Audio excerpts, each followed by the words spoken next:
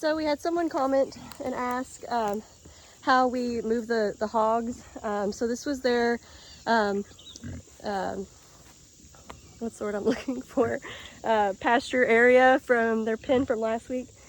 And so Andre just built their second perimeter fencing. Hopefully you can still hear me with the tractor on. Right up against it, right up against their pre-existing fence. And we just open up a section here, and the hogs they come through. They, especially once you start moving their feed and everything.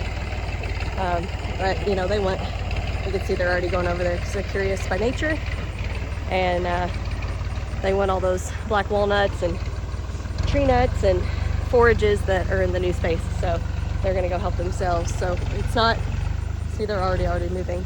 We don't have to push them or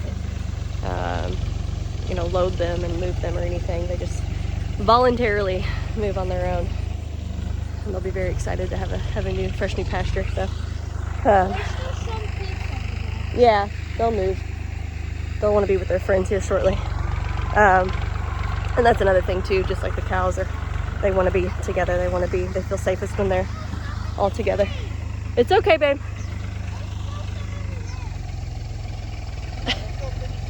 Yeah, it's okay.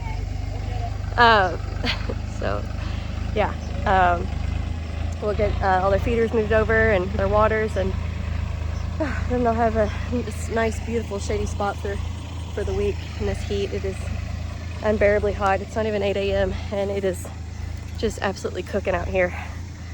So yeah, get all these chores done and go get in some air conditioning. Happy Friday. Whitney here with Riverside Farm. Opa just broke our watering tank. Opa just fixed it. All right, so I'm out here by the our meat chickens, doing an afternoon check on them, and I wanted to show you sort of, I'm gonna walk back the way they came. So essentially the path that they took through this field, and we're gonna look and see how the grass has been recovering through that time. So they've been here on this field for about almost 4 weeks now, so about a month. And we're gonna walk back each day and see how the grass has recovered. Right here, this area here is where they were yesterday. You can see a lot of manure on the ground. And as we walk back, so this is the day before, and so on. So we're just gonna follow this path and see how the grass has been recovering.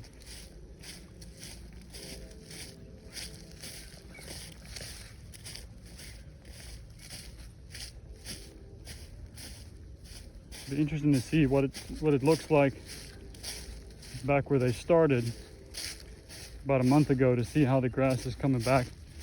And you can see here, this is probably about, I don't know, a week or week and a half ago. It's still manure on the ground.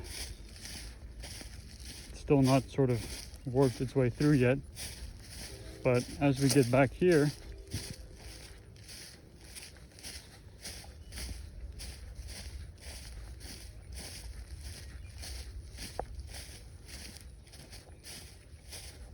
we can start to see some recovery. Still see some manure, but we see some grass coming up, some clovers popping up through here.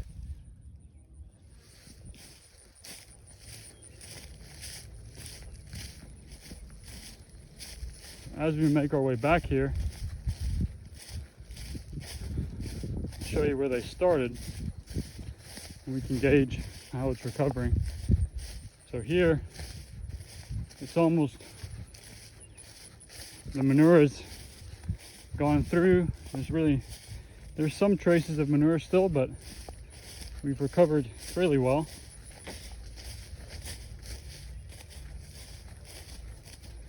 We're almost back to where they started. If you remember in our earlier video, we brought the little ones out here, stocked them in their shelters here. So let's see. So this is where they started, right here. This is just about a month ago. So it shows you how long it takes the grass to recover, but as it recovers, it'll start coming in real thick here. So you can see clovers are popping up all over here where the shelters were. I'd, give this another 2 or 3 weeks and it'll be real thick with growth here. We've been a bit dry recently and real hot, so not too much rain, so that's not helping with the recovery, but supposed to get some rain tonight or tomorrow, and that should give this grass a boost. But it's looking really nice over here now. This was all flat and looked like it looked over there. You can see the shelters are way over there. They started here and they ending up way over there.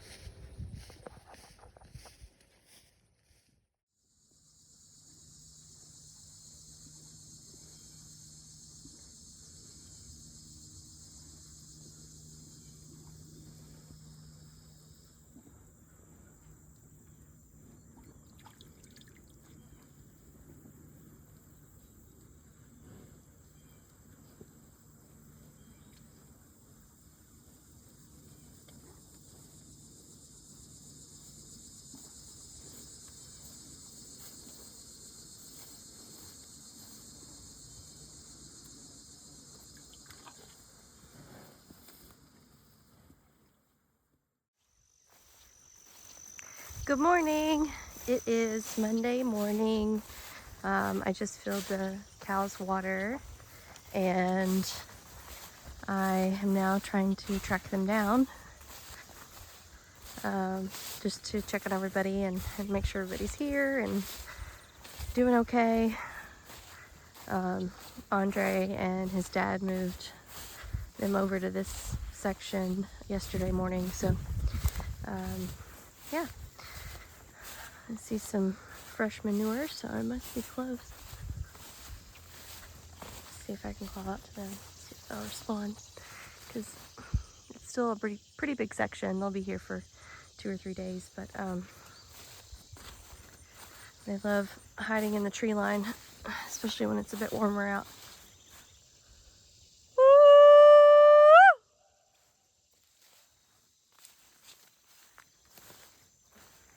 See if I can get anybody to respond.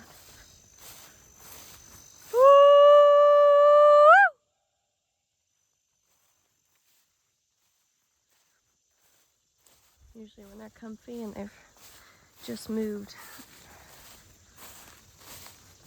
they're not interested in moving again or responding. They're so used to their routine at this point. There they are. Found them.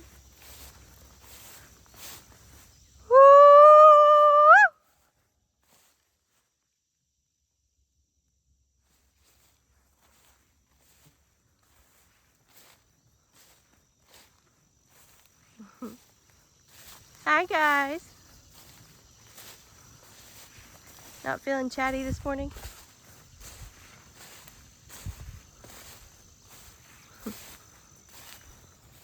They're only responsive when they need something. When they feel like they want to move, or they're over a section of pasture, or have eaten all of the good stuff out of one pasture. They know there's plenty of good stuff still here, so they're not interested in moving. Oh, you guys don't have to get out from your comfy spots. Hi guys.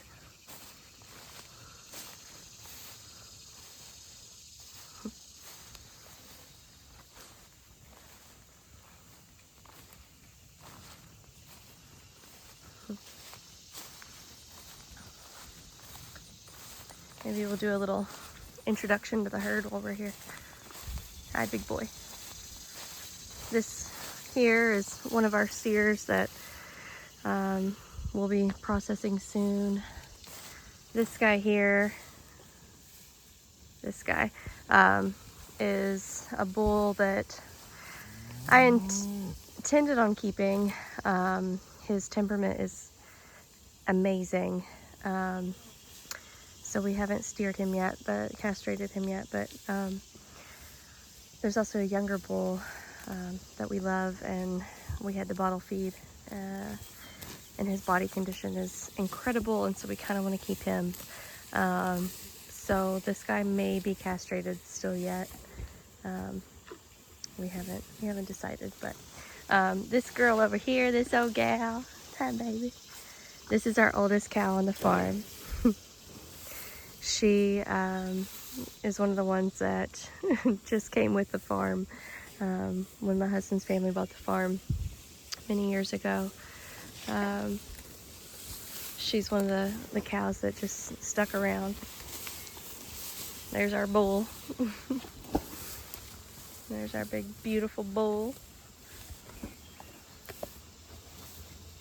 He's gorgeous. He's such a good boy. He's such a good daddy to everybody. Oh, and here's the bull I was just talking about. Little bull right here. We've named him Weebles. We had to bottle feed him.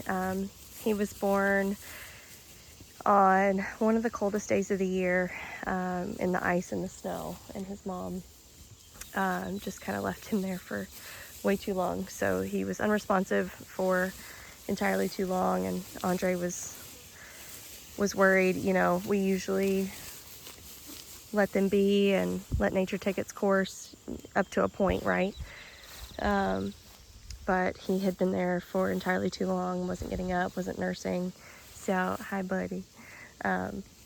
So we brought him in and warmed him up and bottle fed him, and he is just one of the most beautiful calves we've ever had. So we're looking at possibly keeping him to be another bull in the herd.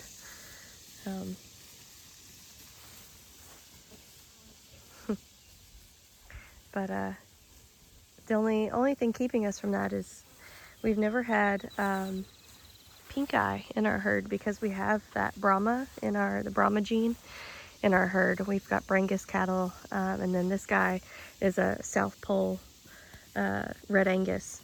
So since we have worked his genetics into the herd, for the first time ever, we have 2 calves with pink eye.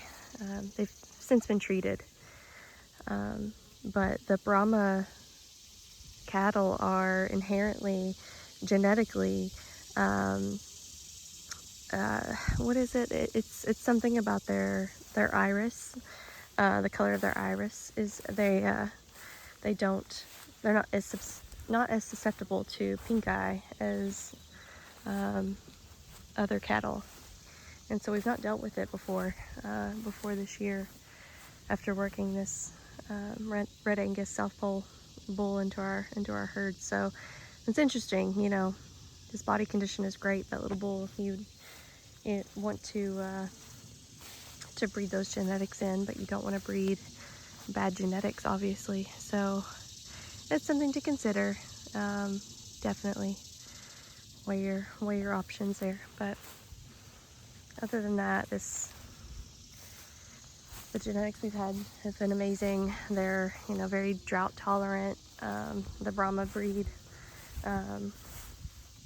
you know, we've talked about it extensively, but my husband Andre is from South Africa, and that is a common breed that's raised there. The Brahma breed, because they're so drought tolerant. You know, even though that may be the case, we still, and very heat tolerant as well, but we still provide them with shade structures and, you know, tree lines to get out of the sun. We never leave them just straight out in the sun, and many farmers will. They won't give them shade structures, especially the breeds that are a bit more heat tolerant. They'll just let them be in the heat, in the sun, but not our cows. They're so pampered, but we like it that way. anyway, happy Monday. Y'all enjoy we'll release this Friday, so y'all enjoy your weekends. And yeah, I'll film a little bit more today about our day, but just wanted to share the cows with you. Bye, guys. Of course, the cows just came up, followed me up here to the water, but hey, baby. This probably fell out of the Jeep yesterday when Andre and his dad were moving the cows, but it's a bale twine from a square bale. It's really important that you keep these out of the fields, out of the pastures where they're grazing. It's away from the Jeep, it's quite loud, but if they do get a hold of those and ingest them, it could kill them. Another issue we have a lot on the farm is those mylar balloons. People will release balloons, mylar balloons specifically, just into the air, lose them, or have them at birthday parties or celebrations, and then just release them into the air, and then they land in pastures on farms, and it can kill cattle very easily. So we're always having to keep an eye out for those. Anytime we see those, we pick them up and pick them out of the pastures. I get it. I'm not too much of a fuddy-duddy. I understand you want to have balloons, but it's always so scary. Always a stressor that they're going to get a hold of trash or balloons. It's going to kill them. So, yeah. Just one more thing to stress about, right? Is if we don't have enough things. So this isn't necessarily farm related, but I just wanted to share one of our meals, one of our lunches, how we like to fuel for our days. So it's Monday here at Faul Family Farm, and Andre has been up since 5-6 o'clock delivering half beefs to some of our customers. He's been on the road all morning, and I've been back here taking care of things on the farm. But he's going to stop back by the house before heading up to our Northern Kentucky and Cincinnati deliveries. And he needed some lunch for the road. We'd love to, obviously eat the food that we raise and grow here on the farm as much as we can. So I made him a little protein bowl. I made both of us a protein bowl. And, as much as we love to eat all things on the farm, we like to treat ourselves every now and again. So the protein here is just some smoked salmon. Then I've got rice on the bottom.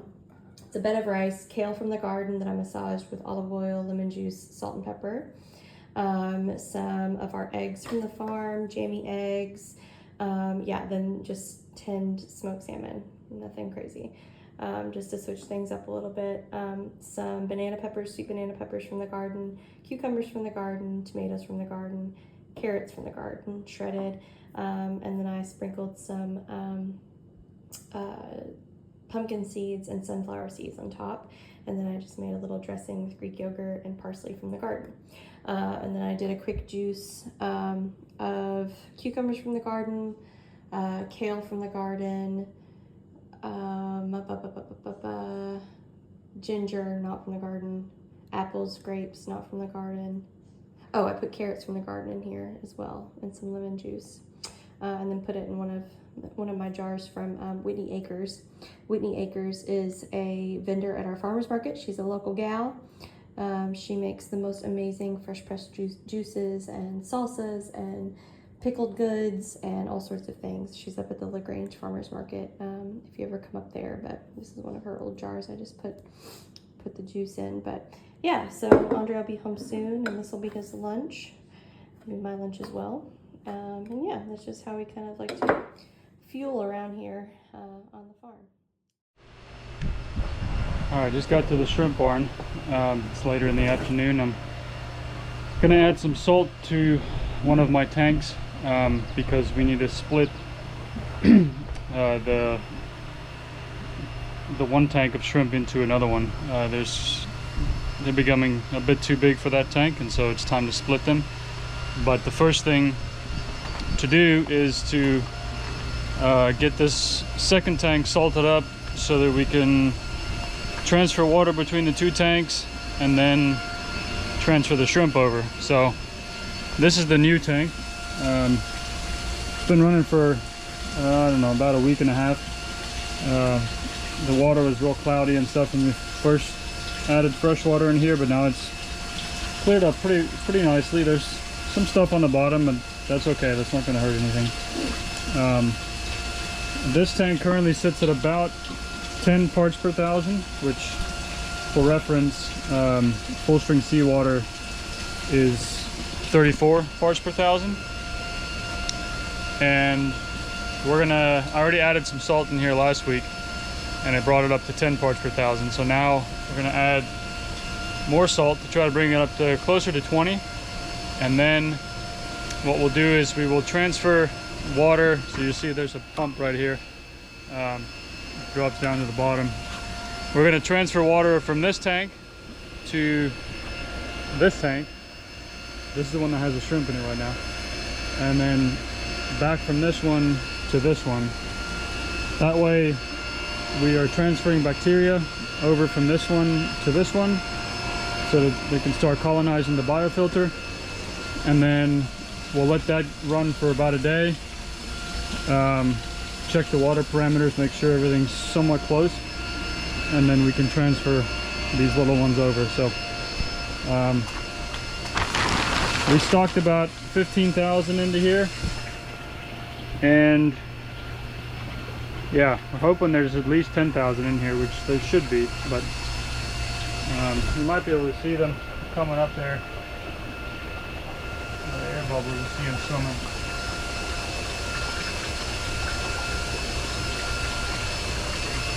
There's supposed to be some underneath the water here.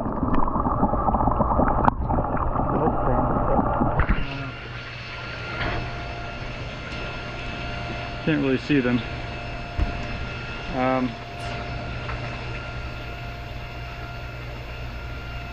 But yeah, so we're gonna start out here. I just picked this up from Tractor Supply. This is the just regular water softener salt. That's the sodium chloride, and we've got all of our other salts here. So we've got magnesium sulfate, calcium chloride, magnesium chloride. There's some more magnesium sulfate, which is just Epsom salt. And then we've got potassium chloride, which is in this barrel over here. We don't add too much of that. And then just wipe this lens down a little bit. And a little bit of sodium bicarb. So if we go here on the computer, I'll show you where I find this stuff. Let's see, right here. So these are the numbers we're going to add into the tank. You can see here, got sodium chloride, which is the water softener salt, magnesium chloride, magnesium sulfate, potassium chloride, sodium bicarbonate, which is baking soda, and then calcium chloride. So these are the amounts. So I'm gonna do, let's see, I did 6 bags last time, which is, these are 40-pound bags for the sodium chloride. I base everything else sort of on how much sodium chloride that I have. So I have 16 bags, but I'm not going to put all of them in there. I believe I put 6 bags in there. That's 240. So maybe we'll do 7 bags, which is 280. So if we do change this number,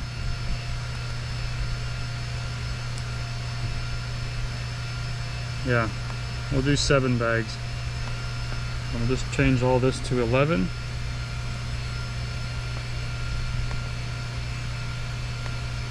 We'll update our numbers here. This computer is incredibly slow, probably because it sits out here. The fact that it's still working is a bit of a miracle, but yeah. And then change this to 11. And so these are our numbers here that's highlighted. 273 pounds of sodium chloride, which we'll just do 280.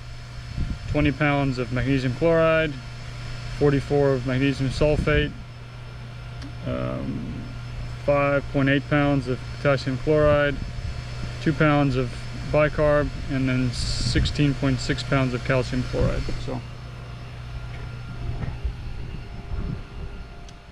let's get it at it. I'm gonna wear these gloves because this salt kind of irritates my skin, so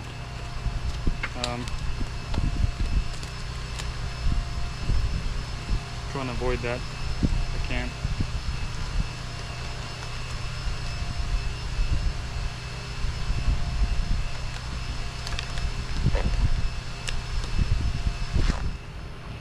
Try to get these on. There we go. Okay, now we're gonna grab a couple bags of salt here.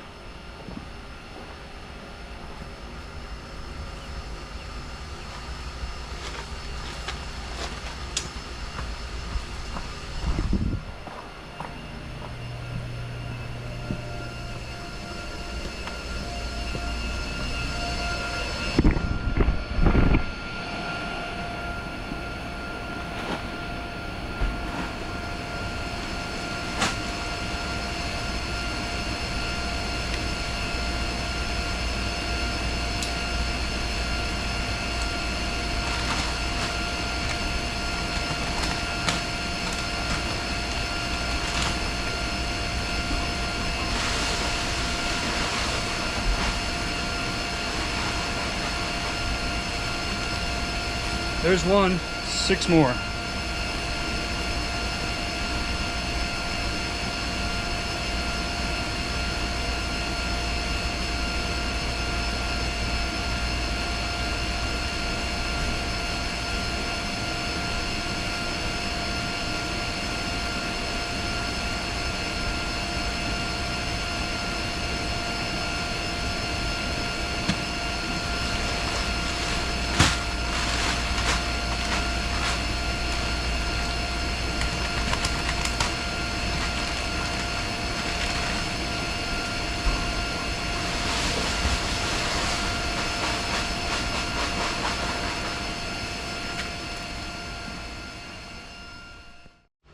Okay, salt is in, well, the sodium chloride is in.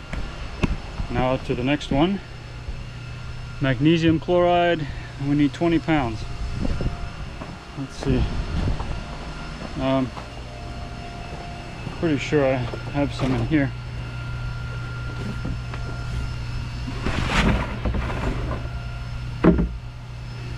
Yep.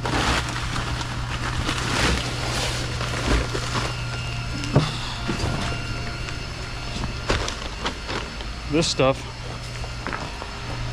I can't find this stuff locally, so I have to source it from a place in Alabama who sources it from a place in the Netherlands, so kind of interesting. Let me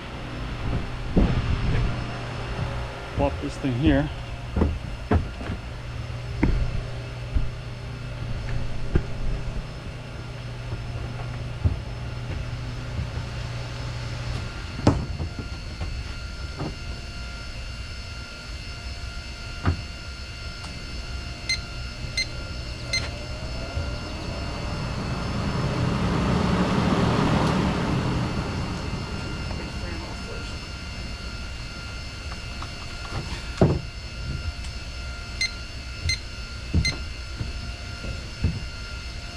Okay, now let's see what we can get out of here.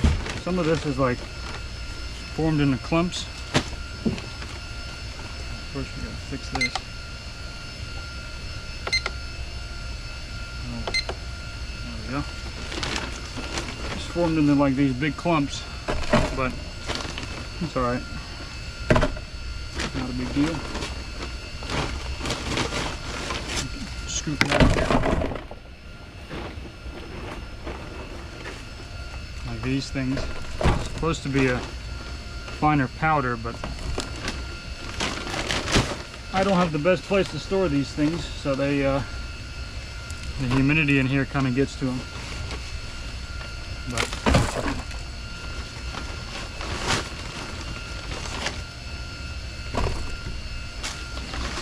14 pounds.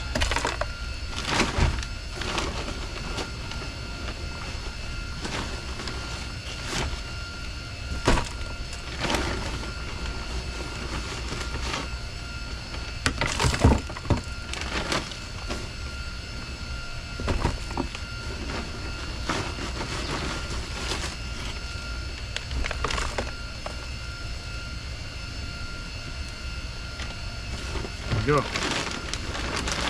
20 pounds.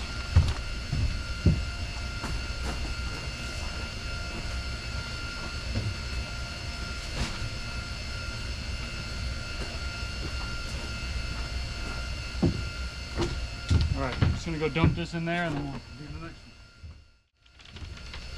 one. Now the next one is magnesium sulfate, which is the Epsom salt, and these bags are 55 pounds, and I think we need, I want to say we need 40 pounds, but let's just double check here. 44 pounds, so yeah, I may just estimate. Actually what I'll do is I'll pour a bunch of it out and then come away when I'm close to like 10 pounds left in the bag, then that'll be good to go. Good enough.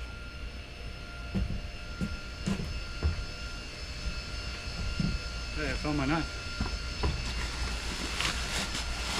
Good enough is what we strive for over here. Let's see what this weighs.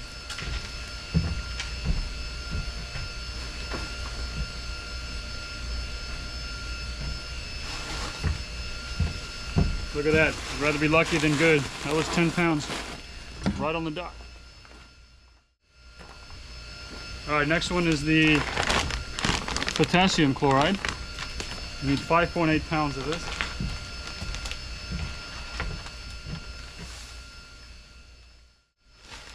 The last one is calcium chloride. And we need 16.6 pounds of this one.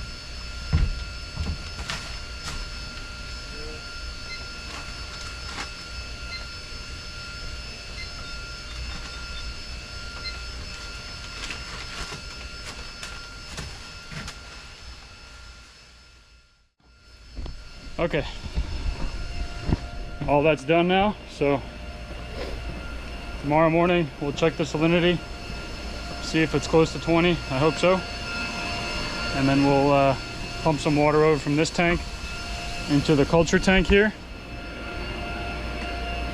and yeah, maybe today's Tuesday, so maybe Thursday we'll transfer them over, give them some more room, see if we can scoop one up here. There's one. There's two in here, three in here. So this is the smaller one that's in here. These are all pretty small. There's ones that are a bit bigger than this, but let me see if I can get a better scoop.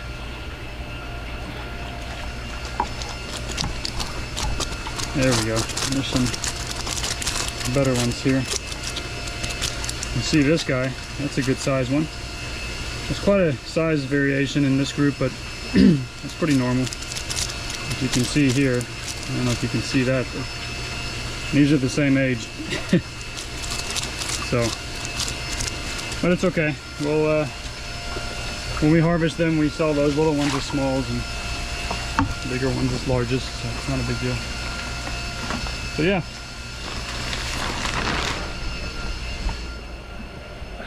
another task checked off the list.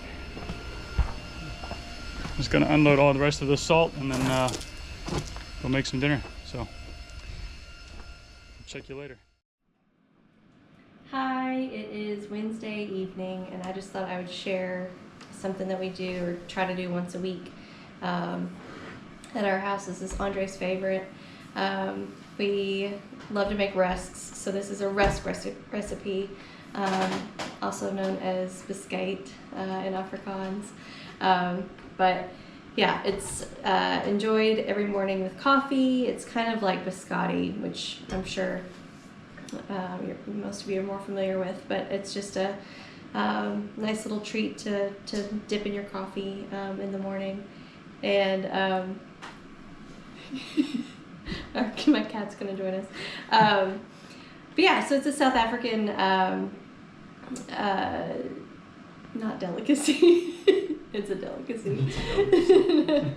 It's a South African tradition, but do you want to add to like the history of the biscuit?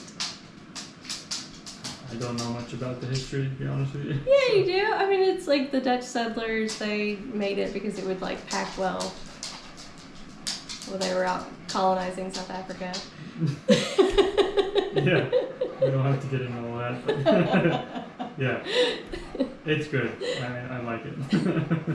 Yeah, so anyway, so it's a nice little treat, but I was just going to show you how to make it. So it's this is my recipe. This is not the recipe. This is a recipe. This is what I like to do. There's a million different versions of this depending on, you know, your family and traditions and whatever. But this is how I like to make it. So I start with 500 grams of flour. You can either do just regular all-purpose flour or self-rising flour. And I never have self-rising flour at our house because I'm not much of a baker. So this is just all-purpose flour.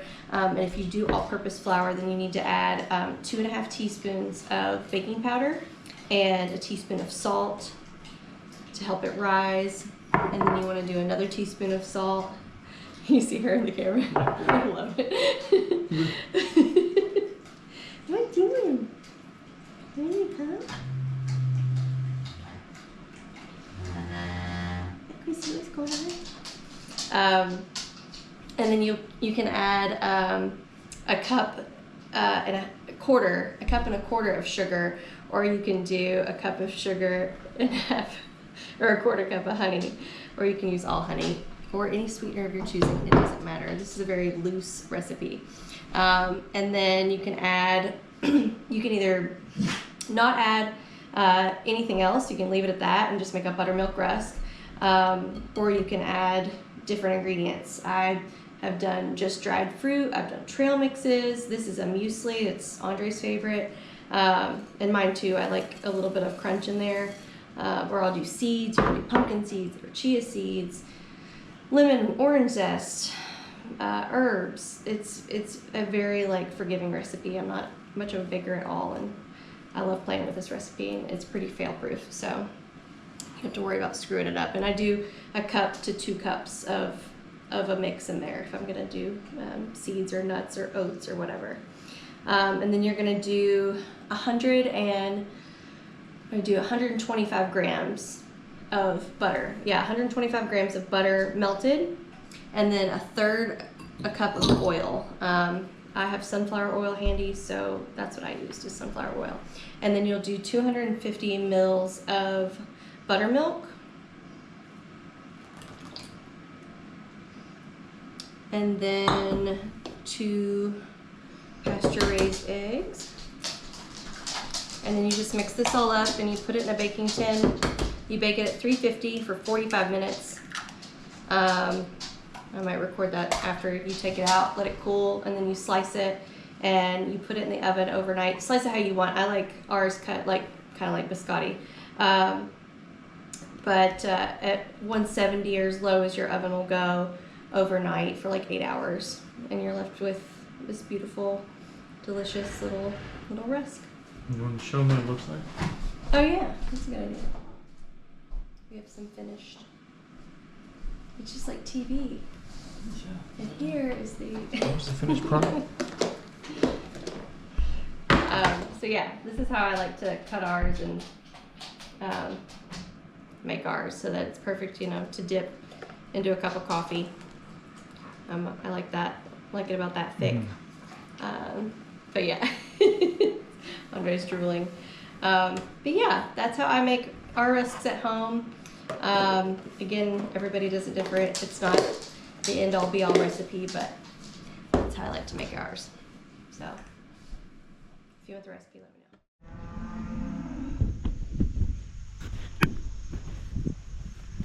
Come on, cows. Come.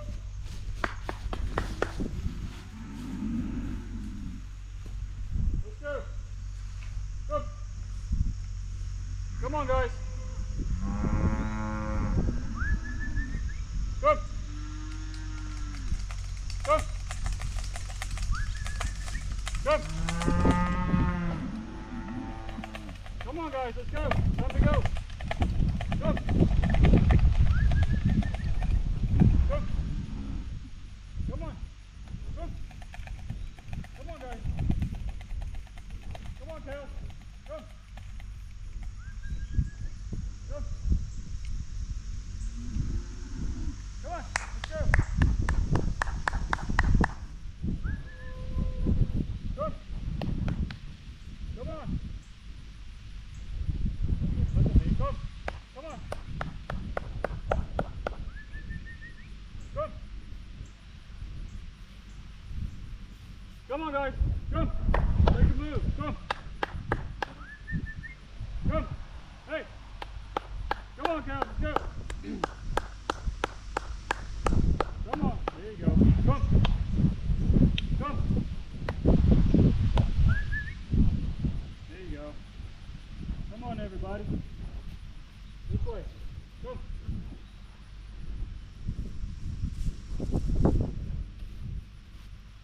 Come. Right through here. There you go. Come on. Yeah. Let's go. There you go. Come on, guys. Come on. You gotta move. Make way for everybody. Come.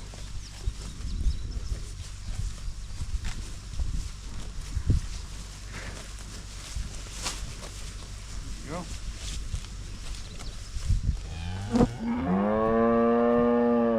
Yeah.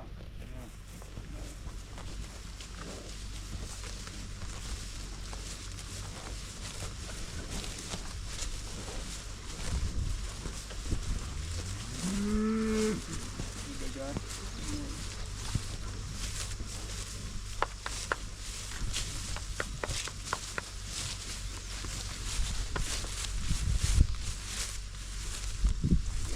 Come. Move it on through. Come on, buddy. Nice.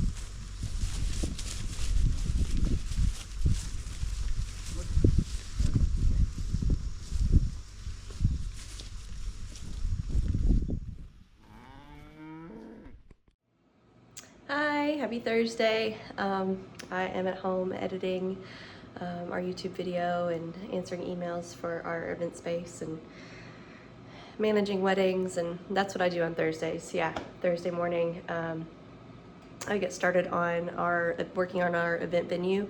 I manage our event venue here on the farm, and yeah, so I've been talking to brides, connecting with our brides, and corresponding with planners and caterers and bartenders and all that stuff. Desk work, not my favorite, but it's part of it. I'm grateful for the opportunity, but yeah, obviously I'd rather be outside with the animals. So Andre takes care of the farm by himself on Thursdays so that I can take care of desk work. And then after that, I edit our YouTube video, and yeah, I just wanted to share a crock pot dinner that I made. We haven't really posted any recipes or anything other than the biscuit, but I just thought maybe someone would be interested in a recipe, especially using our, food that we raise here on the farm. So the past couple weeks, 3 weeks, I think, I've been up, like the other night I was up until 2 a.m. Editing our YouTube video, and I am not ever up that late. I go to bed at like 8, 9 o'clock. So, yeah, I've been, and then Andre has a full day, taking care of everything, by himself. So, I'm making a crock pot meal for dinner tonight. So it is done and ready to go. In here I have, let's see, our pasture-raised chicken thighs and our pasture-raised drumsticks. Those are both some of our more inexpensive cuts, especially the drumsticks. If you're trying to save money, they're an inexpensive cut that you can do. I just threw them in the crock pot with some onions from our garden, carrots from the garden. What else did I do from the garden? Oh, peppers from the garden as well. And then I did like a sprinkle, maybe a teaspoon or 2 of turmeric. I did about a tablespoon of curry powder, salt, pepper, garlic, a little bit of cinnamon, about a teaspoon or 2 of coriander, and a little, like maybe a teaspoon or a half a teaspoon of cumin. And then I did the juice of 2 limes and some chicken broth. I probably did like half a cup to a cup. You just kind of want your chicken like submerged, not drowning, but just a little bit of liquid in there. And then some Greek yogurt. I would normally put coconut milk in there, but we don't have any. So, use what you have. Cooking is not that serious. I feel like a lot of people stress about cooking, and it's just not that serious. And so I've got that in the crock pot on low, and I will let that cook until, we're ready to eat around 5 or 6 o'clock. And the chicken should be falling apart at that point. The vegetables nice and slow cooked, and then I'll make some rice, and we'll just pour that over rice and call it dinner. So easy peasy. That way if I have to keep editing, everything's already done. And Andre just can come in and enjoy a meal and relax, which is a rare thing around here. That's the thing too with pasture-raised meats. If you purchase a lot of pasture-raised meats, or you're one of our customers that are watching these videos, and you are cooking our food, our product, and then anything grass-fed as well, grass-finished, it's all of it is very lean. It's not like commercially raised chicken and turkey and shrimp and not shrimp as much. They still have a fat pocket, but it's not as extreme as the poultry and stuff. But anyway, and then the grass-fed, grass-finished beef too. Like all of those things are better cooked low and slow. You don't want to run them on super high heat for a shorter period of time. Like you wouldn't even want to do that. With the chicken, if I put it on high for 4 or 5 hours instead of low for 6 or 7 hours, it's not going to be as good. I mean, it would be edible, but it wouldn't be nearly as good as if you cook it low and slow because of the lack of fat. There's not as much fat as commercially raised meats. So low and slow is the best thing you can do for pasture-raised poultry and pork, and then grass-fed and grass-finished beef. So yeah, and then these are the biscuit, the rusks that I cooked last night. They dried overnight in the oven, so now they're ready to go. I'll tin them up, and we'll have some biscuit for the week. So it's always our favorite thing. Oh, and I didn't touch on this last night, but I thought about it afterwards. When we've talked about how Andre's from South Africa, when we go back and visit and get the opportunity to go back and visit, and we visit Kruger Park, which is his favorite place on earth. It's his happy place. Every morning we start our morning with coffee and rusks and biscuit in the mornings.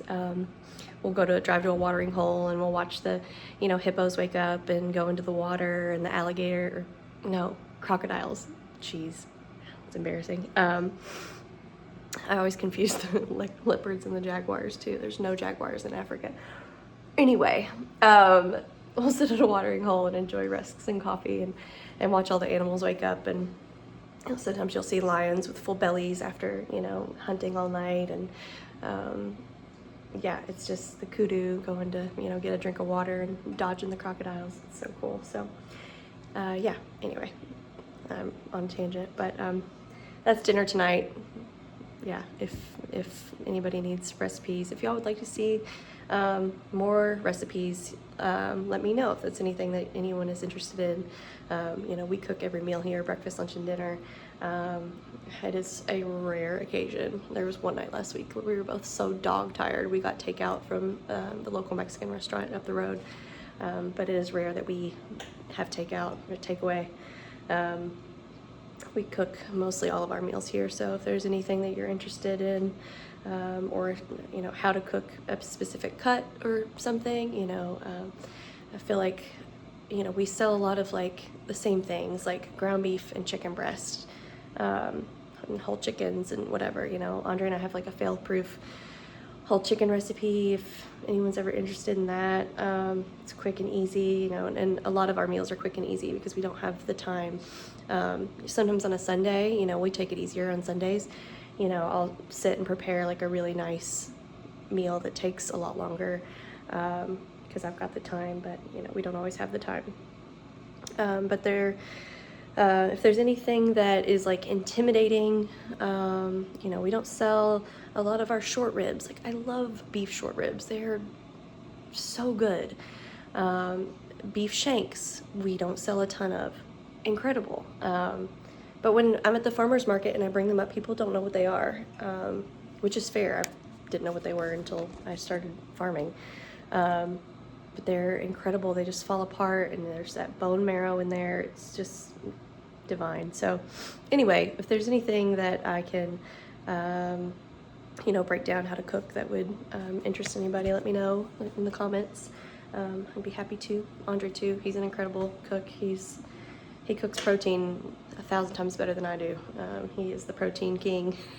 He just is so good. I mean, he's, that's the world he grew up in. If you can't braai and you're South African, like, what are you doing? So, it's just, he's amazing on the grill. But yeah, let us know if you want to know how to prepare anything. We'd be happy to share it with you.